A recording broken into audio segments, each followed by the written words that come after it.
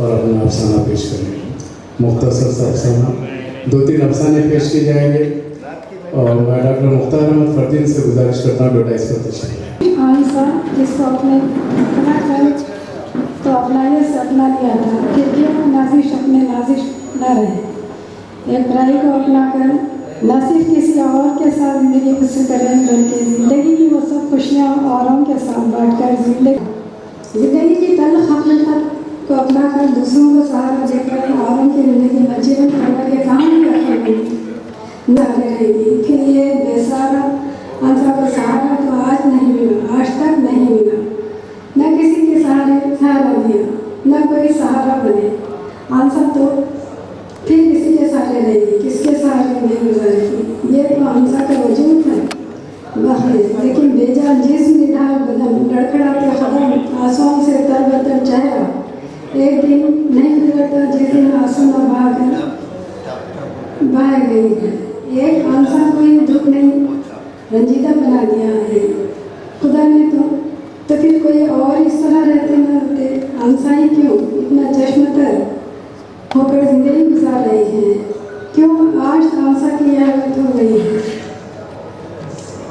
नींद की उम्मीद की बल्कि मदोजी का आलम, कभी नींद न लगती कभी जाग जाती, तो इसको खुदा ही बेहतर जानता है। दिन रात फिक्र में, दिन रात अजीरत परेशान, लेकिन आंसा को फिर हर चीज़ कर मायूस थी। लेकिन आंसा को जिंदगी ये खुशी नहीं मिली, यही कहकर तो मायूस आंसा फिर नाजिश, तो फिर आप लाजवाब हैं। जिंदगी की आंसा को एक अजरत बनाइए, न तो कोई सहारा न कर, तो आप लाजवाब हैं। आंसा को सहारा दिए बेशक, वरना आंसा की जिंदगी तो बेमतलब वाले बयान नसीब गुजर रही थी। आपने जिसको अपनाया है वो भी इस तरह की जिंदगी गुजार रही थी।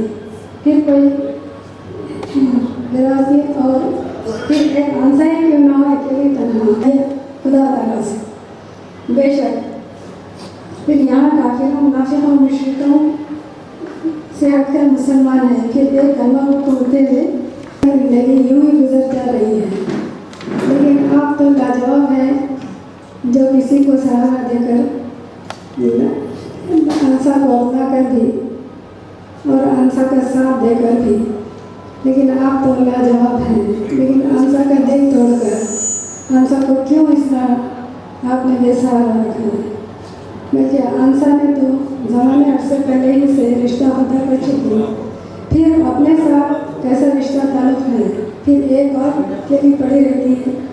क्यों कभी कोई दूती रहती तो आंसा जाएगी कहाँ जाएगी, इस तरह के उठ कर अपनी सेहत खराब करती है। आंसा भी तो फिर से कोई इस आंसा को कुछ नहीं होगा है, कोई आंसा के आंसू पोषने वाला नहीं, आंसा को दिलासा देने वाला है कोई, आंसा के दुख दर्द को समझने वाला। आजकल तो आंसा को दर्द का सहारा होने लगी बेशक। फिर हिम्मत बड़ी नाजिश के इस तरह के कहने से एक बात करो, फिर मेहनत करो, फिर चाहो कामयाब हो जाते हो। जिंदगी का भी यही वसूल है कि आपका जीत है, जीत हार के बाद ही जीत है बेशक। जब नाकामी से कामयाबी मिली है तो फिर जीत के बाद, हार के बाद जीत है। आंसा की जीत जाती घर और आंसा के घर में ये कहा था नाजिश ने, तो आंसा को खुशी हुई थी। जबकि इसको की पसंद की चीज़ मिल गई तो आंसा बेहद खुश होने लगी है बेशक। आप लाजवाब हैं, आप लाजवाब हैं बेशक।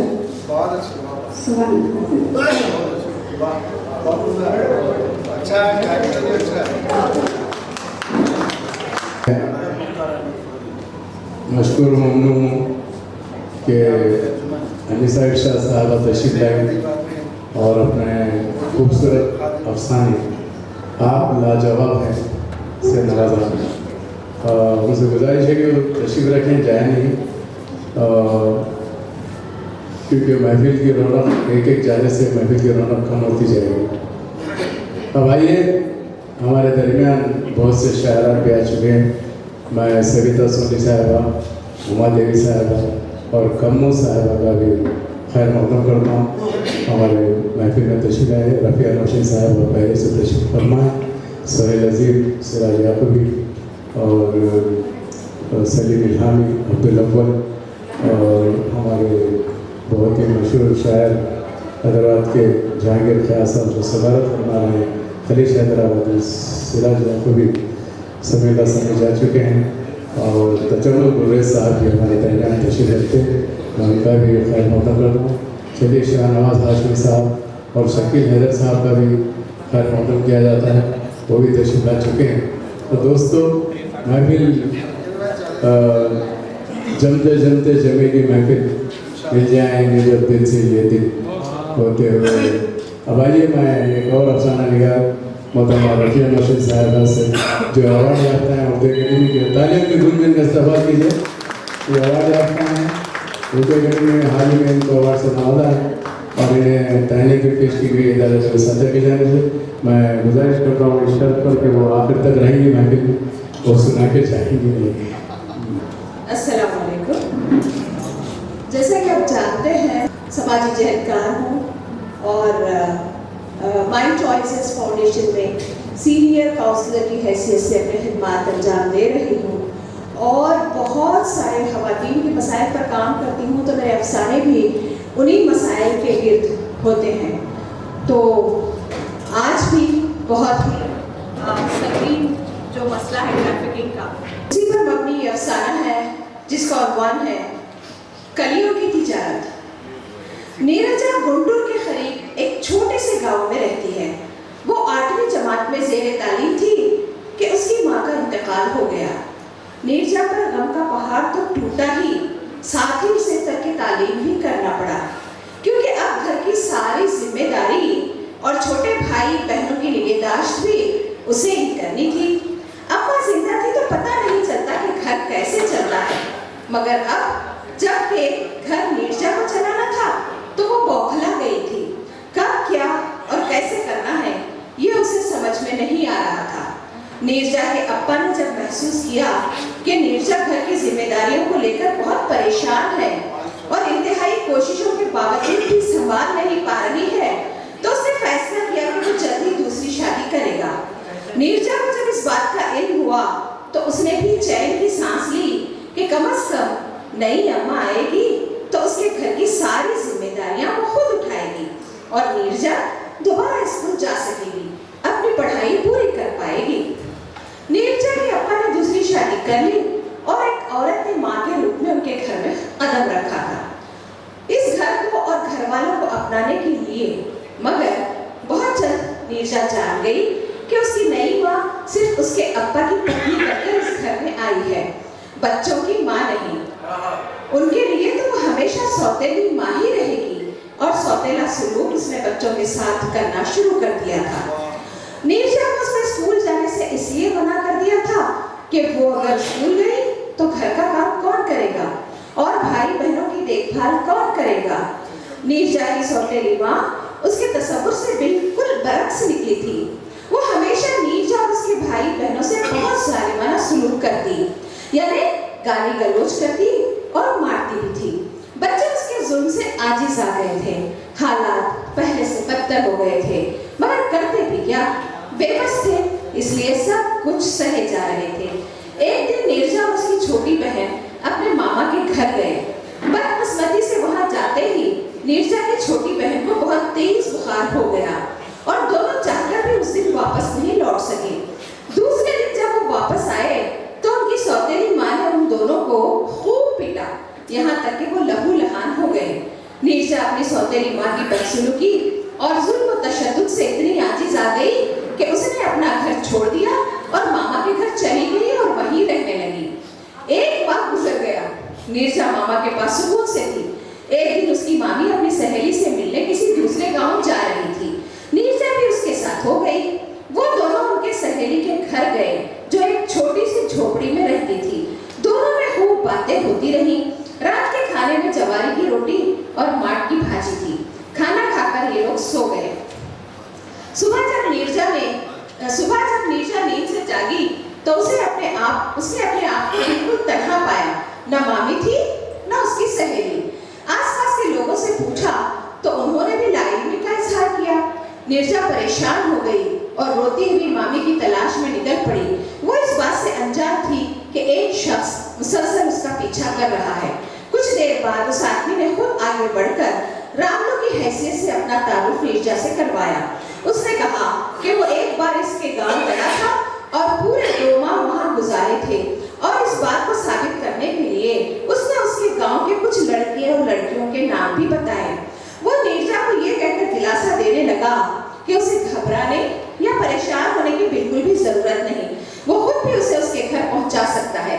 परेशान हाल नीरजा को इसकी बातों पर यकीन हो गया, बल्कि उसे लग रहा था जैसे घर पहुंचने का उसका ख्वाब पूरा हो गया हो, क्योंकि वो भी अब अपने घर जाना चाहती थी। उस दिन रामलू नीरजा को मंगलगिरी ले गया, जो गुंटूर के करीब एक छोटा सा शहर है। जब नीरजा ने उस शहर के बारे में रामलू से पूछा तो उसने उसे चुप रहने को कहा और साथ ही ये भी धमकी दी कि अगर वो चुप नहीं रहेगी तो शहर के लोग उसे खूब मारेंगे। नीरजा इस अनोखे जवाब को सुनकर सहम सी गई। वो दोनों एक होटल में गए, वहां एक कमरा लिया। तब रामलू ने कहा कि उसकी बहन इसी शहर में रहती है और वो उससे मिलने जा रहा है, मिलकर वापस आ जाएगा। नीरजा इंतजार करती रही, रात हो गई मगर वो नहीं आया। उसने दरवाजा अंदर से बंद कर लिया और सारी रात आंखों में काट दी। दूसरी सुबह वो आया भी तो ये खबर साथ लाया कि उसका बाप दवाखाने में शरीक है और वो रात भर उसी के साथ था। अब भी वो वहीं जा रहा है ताकि अपने बाप की तीमारदारी कर सके, और फिर वो चला गया। 2 घंटे बाद एक मर्द और एक खातून उसके पास आए और कहने लगे कि रामलू हॉस्पिटल में किसी काम से फंस गया है और उन दोनों को उसे लेने भेजा है। वो खातून अपने आप को रामलू की बहन जाहिर कर रही थी। नीरजा उसके साथ चल पड़ी और जिस जगह वो पहुंचे वो एक खैबा खाना था। जब नीरजा ने बताया, वो तो तुम्हें मेरे हाथों बेच दिया है, अब तुम्हें वही सब कुछ करना होगा जो मैं कहूंगी, समझी तुम? नीरजा ने देखा वो वहां अकेली नहीं थी, उस जैसी कई मासूम और भोली भाली लड़कियां यहाँ मौजूद थी। उन्होंने उसे बताया कि कैसे वो इस जाल में फंसे थे और उन्हें रोज क्या करना होता है। नीरजा फटी फटी आंखों और हैबतज़दा दिल से सब कुछ सुन रही थी। लड़कियों ने उसे आगाह किया कि वो यहाँ से भागने की कोशिश न करे वरना मार दी जाएगी। 7 दिन के जुल्म व तशद्दुद, अज़ियत रसानी और नाकाबिले बर्दाश्त तकालीफ और ज़हनी परेशानी के बाद वो अपने आप को जिस्म फरोशी के लिए तैयार कर पाई थी। एक मासूम मुस्कुराहट और पाक दामन लड़की ने अपनी पहचान खो ली थी और उस बाजार का हिस्सा बन गई थी जो मंगलगिरी का सबसे बदनाम इलाका था, बल्कि गुंटूर डिस्ट्रिक्ट का सबसे बड़ा रेड लाइट एरिया, जहां रोजाना दर्जनों लड़कियां इस खतरनाक जिंदगी की शुरुआत करती हैं जो उन्हें सीधा तबाही की तरफ ले जाती है। नीरजा भी शुरुआत में काफी रोमांसी हो गई। वो रोती, पिलपिलाती, सिसकती और उसकी हालत गेहूं के उस टुकड़े के मवाक़िफ़। 1 माह बाद वो इस माहौल की आदी हो गई थी और दूसरी लड़कियों से दोस्ती भी कर ली थी। रोजाना उसे 6 या 8 अफराद को जिनसी तस्कीन पहुंचाना होता, जिसमें हर किस्म के अफराद जिनसी गुमराही के शिकार वगैरह वगैरह। उसे उनकी बेरहमी, बदसलूकियों का सामना भी करना पड़ता और खैबा खाना वालों का जुल्म भी सहना पड़ता। उसकी इस खुद सुपुर्दगी के अवज़ उसे सिवाय 2 वक्त की रोटी के और कुछ नहीं मिलता। वो औरत हाथ साफ कर देती जो इस कारोबार की ठेकेदार थी। नीरजा को कैद करके रखा गया था, उसे कभी बाहर जाने का मौका न मिलता। किसी तरह से उसने अपनी पढ़ाई का फायदा उठाकर अपने बाप के नाम पर एक खत भेजने में कामयाब हो गई, जिसमें उसने अपने सारे हालात बयान किए। बाप को जब खत मिला तो वो फौरन मुखबिर से रुजू हुआ। इस तंजीम ने पुलिस की मदद के जरिए उस खैबा खाने पर धावा किया और नीरजा के साथ तमाम दूसरे मासूम लड़कियों को भी उस जहन्नुम से आज़ाद करवाया। जब नीरजा अपने अब्बा के साथ गांव में दाखिल हुई तो सारे गांव के लोग उसे अजीब सी नजरों से घूर रहे थे। कुछ लोग उसकी तरफ उंगलियां भी उठा रहे थे। जब वो घर के आंगन में कदम रखी तो सौतेली माँ कमर कसे खड़ी थी। वही रुक, हमारे आंगन में पैर रखकर इसे अशुभ मत करना। उसने नीरजा को बाहर ही रोक दिया। ललिता, ये वैसे ही बहुत दुखी है, तुमने आते ही अपना राग अलापना शुरू कर दिया। कुछ तो ख्याल करो इस बेचारी का। नीरजा का अब्बा बीवी को समझाने की कोशिश कर रहा था।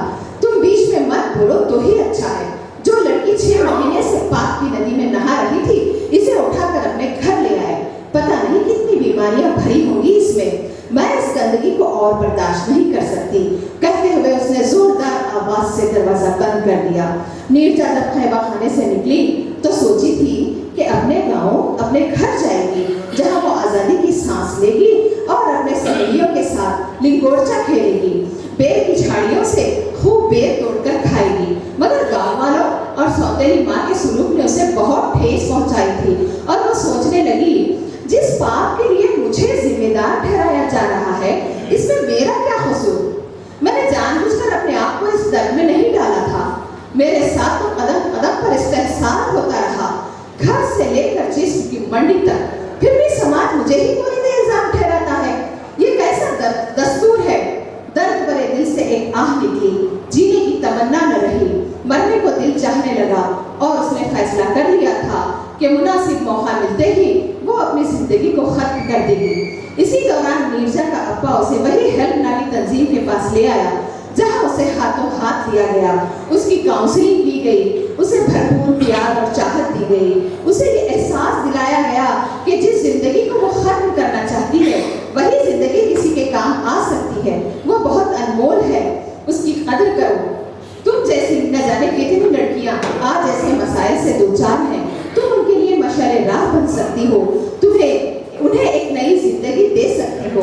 नीरजा को ये बातें पुरमकसद लगी और उसने खुदकशी का इरादा तर्क कर दिया और इसी तंजीम के हॉस्टल में रहकर उसने अपनी तालीम दोबारा शुरू कर दी थी। वो फनी तरबियत भी हासिल कर रही थी ताकि एक नई जिंदगी की शुरुआत कर सके। अभी आप मोहतरमा रफिया रशीद साहिबा से उनका अफसाना कलियों की तिजारत सुन रहे थे। सामईन में और शुरा-ए-कराम में अगर कोई अपना अफसाना पेश करना चाहते हैं तो मैं उन्हें माइक पर दावत देता हूँ।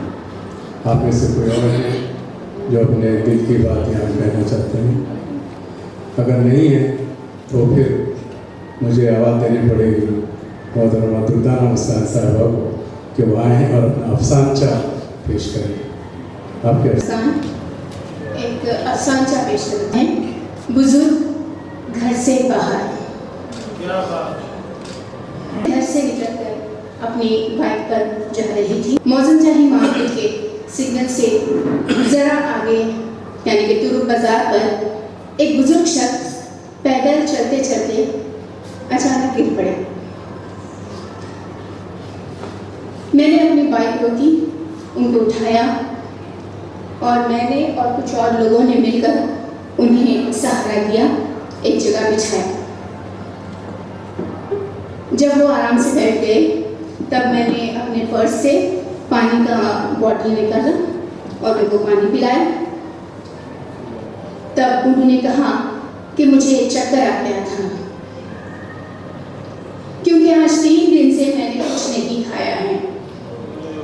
मेरे बेटे और बहू ने मुझे मेरे घर से निकाल दिया है, लेकिन मैं खुददार इंसान हूँ, किसी से कुछ नहीं कहा और फुटपाथ पर 3 दिन यूं ही गुजार दिए। लेकिन आज भूख से चकरा कर मैं गिर पड़ा। मैं ये सुनकर सकते में आ गई, फौरी बुजुर्ग शख्स को अपना टिफिन खिलाई और एबर्ट्स पुलिस स्टेशन लेकर गई और उनकी जानिब से उनके बेटे और बहू की शिकायत लिखवाई। पुलिस वाले फ़ोन करके उनके साहबजादे को बुलवाए और बुजुर्ग शख्स को उनके घर ले गए और उनके बेटे और बहू से बात करके उनको पाबंद किया कि वो उनके इस घर में ना रहें। चूँकि बुजुर्ग शख्स का ही घर था तो बेटे और बहू को पाबंद किया गया कि वो इस घर में ना रहें। अगर वो इस घर में रहेंगे तो गिरफ्तार कर लिए जाएंगे और अदालत में पेश कर देंगे। इस तरह ये संगीन मसला बुजुर्ग शख्स का हल हुआ और मुझे बहुत खुशी हुई। ये था एक छोटा सा अफसाना। उम्मीद करती हूँ कि आप तमाम को पसंद आया होगा।